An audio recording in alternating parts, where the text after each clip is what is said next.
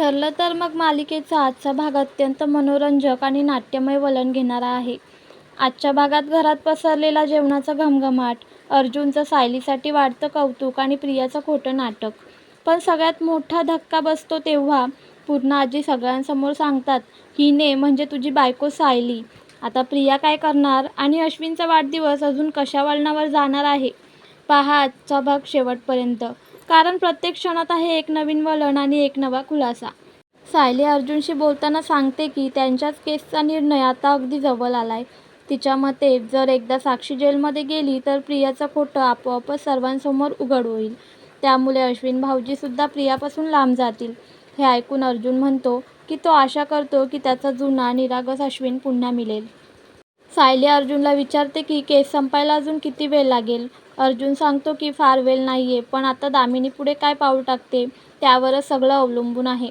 कारण कोर्टात ज्योतीची साक्षी फसली आणि त्यामुळे दामिनीला चांगलाच धक्का बसला आहे. अर्जुन सांगतो की दामिनी आता चिडून आणखी खालच्या पातळीवर जाईल आणि वैयक्तिक नुकसान करण्याचाही प्रयत्न करेल. हे ऐकून सायली चिंतेत पडते आणि विचारते, अरे देवा, आता काय करायचं? अर्जुन तिला समजावतो की घाबरायचं काहीच कारण नाही. दामिनीला जर काही साधायचं असेल तर ती जुन्या गोष्टी उकरून काढून त्यांना भडकवायचा प्रयत्न करेल, पण आपण हर्ट व्हायचं नाही. सायली मग सुचवते की आधी साक्षीला अडकवलं पाहिजे, म्हणजे दामिनीचा डावच फसणार आणि प्रियाला कसं अडकवायचं आहे हे मी स्वतः पाहील. अर्जुन थोडा गमतीत विचारतो, एक मिनिट, आता तुझं एक्सप्रेशन तर सायली 2.0 नाहीये, मग एवढं रेस्टलेस का वाटते? सायली सांगते की जरी प्रियाचा डाव तिने उलटवला असला तरी आज अश्विन भाऊजींचा वाढदिवस आहे आणि त्या दिवशी काही गडबड व्हायला नको. आतमध्ये प्रियाने काय घोल घातलाय ते कोणाला ठाऊक, त्यामुळे तिने आज जाऊन तपासून पाहायचं ठरवलंय. सायली आता आत जाण्याचा विचार करत असते, पण अर्जुन तिला थांबवतो. तो म्हणतो, थांब अगं, तन्वीची सुद्धा पंचायत होऊ दे. सर्वांना दिसू दे की ती तन्वी तुझ्या मागेच उड्या मारते, त्यामुळे तू आज जाऊन काही करणं गरजेचं नाही. सायली मात्र म्हणते, मी काही वाद घालायला जात नाहीये, पण आज अश्विन भाऊजींचा वाढदिवस आहे आणि त्यांना चांगला स्वयंपाक मिळायला हवा. आज प्रियाने काय बनवलं असेल तेच माहीत नाही. ती स्वतः शिक्षेस पात्र झाली असेल, पण तिचा स्वयंपाक सगळ्यांना शिक्षा ठरू नये म्हणून मीच जाऊन पाहते. हे ऐकून अर्जुन तिचं कौतुक करतो आणि म्हणतो, सगळं बॅलन्स कसं करायचं हे मी तुझ्याकडून शिकायला हवं आणि या प्रेमाचा रिझल्ट तुला लवकरच मिळेल. सायली त्याचं हे बोलणं ऐकून आनंदी होते आणि गमतीत म्हणते, तुमच्या तोंडात खीर पडो. हे ऐकून अर्जुन खुश होतो आणि विचारतो की आज खीर खायला मिळणार का? सायली म्हणते, हो मिळेलच, पण त्यासाठी मला आज जावं लागेल, कारण प्रियाच्या हातून खिरीच्या नावाखाली साधं दूधच मिळेल, तेही साखर घालून. अर्जुन तिच्यावर हसतो आणि तिला आत पाठवतो. किचनमध्ये कल्पना एकटीच कष्ट करून सर्व काही स्वच्छ करत असते आणि समाधानाने म्हणते, छान झालं, आता किचन अगदी स्वच्छ दिसतंय. आता मी मस्तपैकी स्वयंपाकाला सुरुवात करू शकते. ती कढई पनीर बनवायला घेते आणि स्वतःशीच म्हणते, आता लाकडी डाव हवा आहे. तेवढ्यात प्रतापराव तिच्याकडे पाहतच राहतात आणि दुसरीकडे प्रिया अजूनही मोबाईलमध्ये डोकं खुपसून खिरीची रेसिपी शोधत बसलेली असते.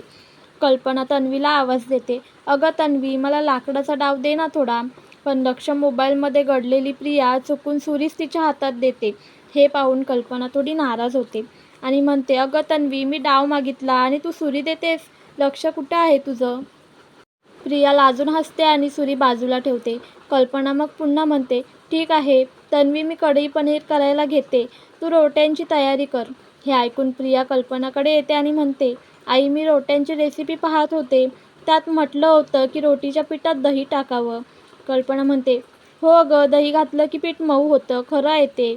प्रिया म्हणते, मलाही तसंच वाटलं, पण खात्री नव्हती.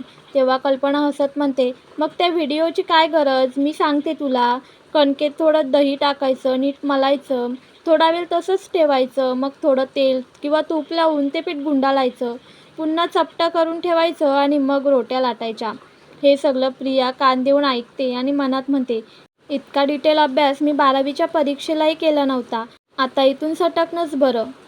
तेवढ्यात प्रिया नाटक करत म्हणते, आई, माझ्या मैत्रिणीचा कॉल येणार आहे, ते एका प्रोजेक्टसाठी मला सतत मेसेज करते, मी थोडा वेळ फोनवर बोलून येते, परत आल्यावर सगळं पनीर, राईस, रोट्या सगळं करेन.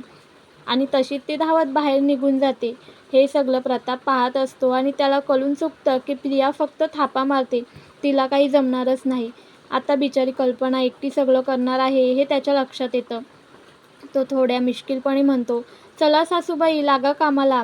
आता हे किचन तुमचंच साम्राज्य आहे. आणि कल्पना थोडीशी हसत, थोडीशी कंटाळलेली, हो बुवा असं म्हणत कामाला लागते. तेवढ्यात सायली स्वयंपाकघरात येते. कल्पना आपल्या कामात गुंग असते. सायली जवळ येते आणि विचारते, आई दहीबुंदीसाठी दही फेटून देऊ का? इतक्यात अर्जुनही तिथे पोचतो आणि प्रतापच्या बाजूला जाऊन बसतो. प्रताप लगेच विचारतो, काय रे अर्जुन, एवढ्या लवकर परत आलात? अर्जुन हसत उत्तर देतो, माझी बायको ना, तिला किचनमध्ये मदत करायची होती म्हणून यावं लागलं. आता कल्पना आणि सायली दोघी मिळून स्वयंपाक करत असतात. एकीचं लक्ष एका कामात, दुसरी दुसरं करत असते. अर्जुन आणि प्रताप दोघेही त्यांच्या कामाचं कौतुक आणि निरीक्षण करत असतात.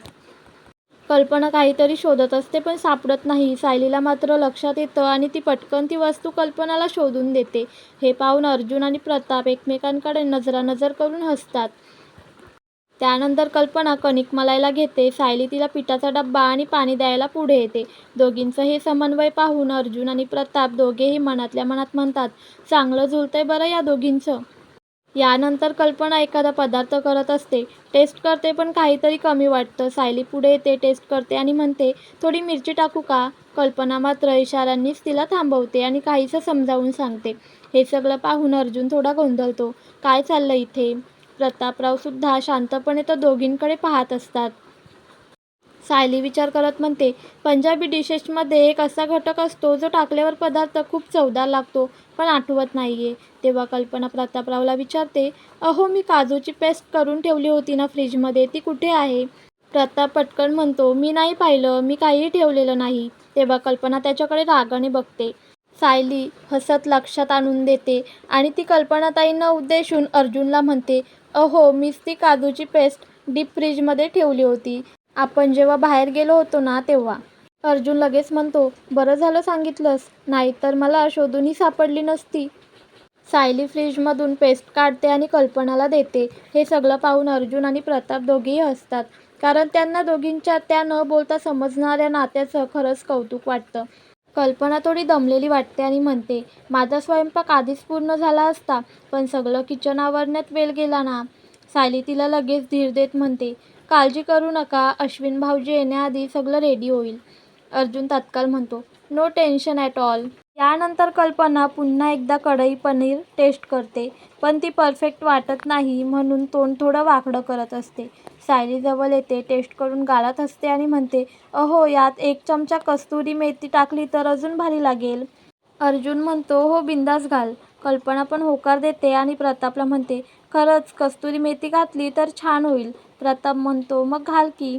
सायली लगेच कस्तुरी मेथी शोधायला लागते. कल्पना म्हणते, ती फ्रीजजवळच्या कपाटात आहे.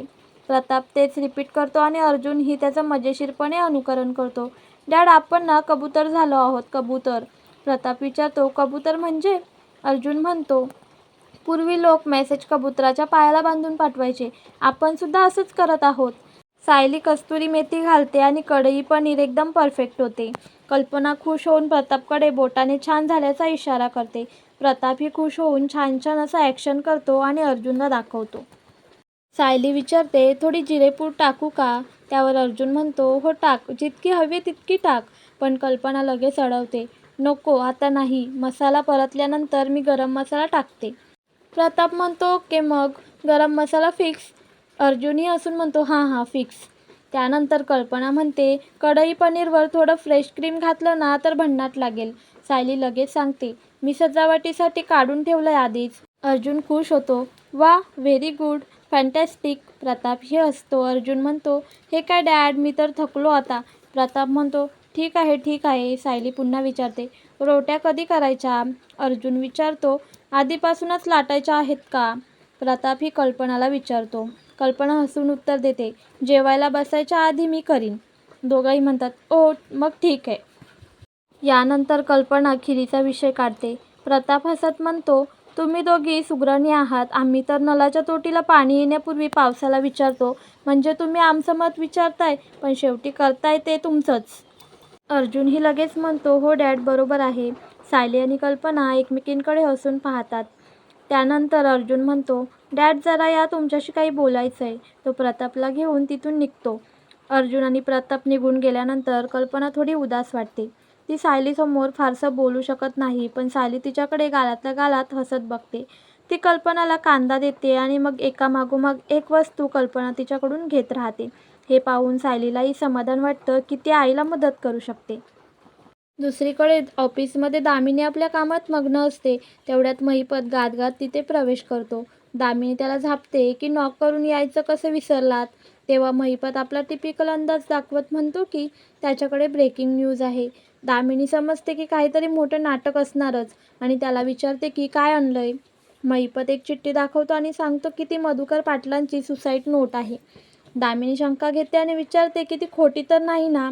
महिपत कबूल करतो की त्याने ती लिहिली आणि मधुकरकडून साईन घेतलं, पण कोर्टाला हे माहीत नाही असंही तो सांगतो. दामिनी आता अर्जुन सुभेदारप्रमाणे रोल करत त्याला म्हणते. दोघं एक नाटक सुरू करतात, जिथे दामिनी अर्जुन सुभेदार होते आणि महिपत दामिनी देशमुख. दामिनी चिठ्ठीवरून प्रश्न विचारते आणि तिची असिस्टंट मधुकर पाटील म्हणून उत्तर देते की ती चिठ्ठी खोटी आहे. दामिनी चिठ्ठी आणि डायरीतील अक्षर तुलना करते आणि सिद्ध करते की ती चिठ्ठी मधुकरने लिहिलेली नाही. दामिनी स्पष्ट सांगते की महिपत कोर्टात खोटे पुरावे सादर करत आहे आणि त्यामुळे त्याच्या विरोधात शिस्तभंगाची कारवाई होईल. ती म्हणते की त्याची वकिलीची सनद ही रद्द होऊ शकते. महिपत गप्प होतो आणि दामिनी त्याला सांगते की अशा फालतू कल्पना घेऊन पुन्हा न यावं. शेवटी चिठ्ठी चुरगाळून त्याच्याच तोंडावर फेकते आणि सांगते की ही केस ते आता आपल्या पद्धतीने लढणार आहे. सायली आणि कल्पना यांनी अगदी मन लावून पूर्ण स्वयंपाक तयार केलेला असतो. जेवणाचे वेगवेगळे पदार्थ डायनिंग टेबलवर नेऊन ठेवलेले असतात. भाजी, रोटी, खीर वगैरे. त्यावेळी प्रताप आणि अर्जुन तिथे येतात. जेवणाच्या सुगंधाने प्रताप खुश होतो आणि अर्जुनला म्हणतो, अरे काय घमघमाट सुटलाय बघ ना. अर्जुनही त्याचं कौतुक करतो. प्रताप खोडकरपणे म्हणतो, अर्जुन आपल्याकडे रोज कुणाचा तरी वाढदिवस असावा, म्हणजे रोज असं स्वादिष्ट जेवण मिळेल. कल्पना हसून विचारते, का रोजचं जेवण आपल्या घरातलं वाईट असतं का? त्यावर प्रताप त्याचं मत बदलतो. अर्जुन एकदम मजेशीर अंदाजात सांगतो की मम्मा, जसं 2 सुपरस्टार एका सिनेमात असले की तो सिनेमा सुपरहिट होतो, तसंच आज 2 सुपरस्टार किचनमध्ये होते म्हणून हे जेवण सुपरडुपर हिट झालं. तो आई आणि सायली दोघींचं भरभरून कौतुक करतो. प्रतापही त्याच्याशी सहमत होतो. याच क्षणी प्रिया तिकडे डोकावते आणि लक्षात घेते की सगळं जेवण तयार झालं आहे. ती स्वतःशीच विचार करते की चला, स्वयंपाक झालाय म्हणजे आता इथे थांबणं सेफ आहे. प्रिया आता कल्पनाकडे येऊन नाटक करत म्हणते, आई मी आता कढई पनीर करते. पण जेवण पूर्ण तयार पाहून मुद्दामच आश्चर्य व्यक्त करते. अरे हे काय, स्वयंपाक झाला सुद्धा? कल्पना थोडी रागावून तिच्याकडे पाहते. अर्जुन आणि प्रतापही नाराज असतात, पण शांत राहतात. प्रिया सफाई देत म्हणते, मैत्रिणीला नवा डिझाईन दिला आणि ती खूप घाबरलेली होती म्हणून मला जावं लागलं. पण अर्जुन लगेच तिला टोचतो. तिला भीती वाटली होती की तुला किचनमध्ये फेल होण्याची. प्रियाचं खोटं उघडं पडतं आणि तिला घाम फुटतो. सायली अर्जुनला इशारा करून थांबवते. तेवढ्यात पूर्णा आजी तिथे येतात आणि म्हणतात, कल्पना, इतका सुंदर सुवास खोलीपर्यंत दरवळत होता म्हणून मी तिथे आले. त्या खुर्चीत बसतात. प्रिया लगेच पुढे सरसावते आणि मोठेपणाने म्हणते, बरं झालं तुम्ही आलात. सगळं जेवण रेडी आहे, मी वाढते. हे ऐकून सगळ्यांना आश्चर्य वाटतं, पण पूर्णा आजी म्हणतात, मला वाटलं होतं वेळ लागेल, पण इतक्या लवकर इतका स्वादिष्ट स्वयंपाक झाला हे पाहून आश्चर्य वाटतं. आणि त्या सायलीचं अप्रत्यक्षपणे कौतुक करतात. हे ऐकून अर्जुन, प्रताप आणि कल्पना ही सायलीकडे कौतुकाने पाहतात. सायली गालात हसते. तिला तिच्या श्रमाची पावती मिळालेली असते. प्रिया विषय बदलते आणि म्हणते, अश्विन आला नाही, मी त्याला फोन करते. प्रताप तिला थांबवतो. प्रिया, डॉक्टरला त्रास देऊ नकोस. आणि तेवढ्यात अश्विन तिथे पोहोचतो. पूर्णा आजी त्याला वाढदिवसाच्या शुभेच्छा देतात आणि आशीर्वाद देतात. सायली सांगते की औक्षणाचं ताट तयार आहे. जेवण पाहून अश्विन आनंदित होतो आणि म्हणतो, ओ माय गॉड, हे तर सगळं माझं आवडतं आहे. तेव्हा प्रिया लगेच म्हणते, तुझा वाढदिवस आहे म्हणून मी केलं. पण पूर्णा आजी लगेचच तिला झापतात, खोटं बोलू नकोस. हे सगळं कल्पना आणि हिने केलंय. अर्जुन लगेच विचारतो, हिने म्हणजे कोणी? आणि पूर्णा आजी सांगतात, तुझी बायको सायली. हे ऐकून सायलीचा चेहरा आनंदाने खुलतो. पुढील भागासाठी आमच्या चॅनलला सबस्क्राईब करा. ही होती आजच्या भागाची संपूर्ण स्टोरी. पुढे काय होणार, सायलीचं कौतुक अजून कसं होईल, प्रियाचं पुढचं वागणं काय असेल, हे जाणून घेण्यासाठी आमच्या चॅनलला नक्की सबस्क्राईब करा आणि बेल आयकॉन दाबा.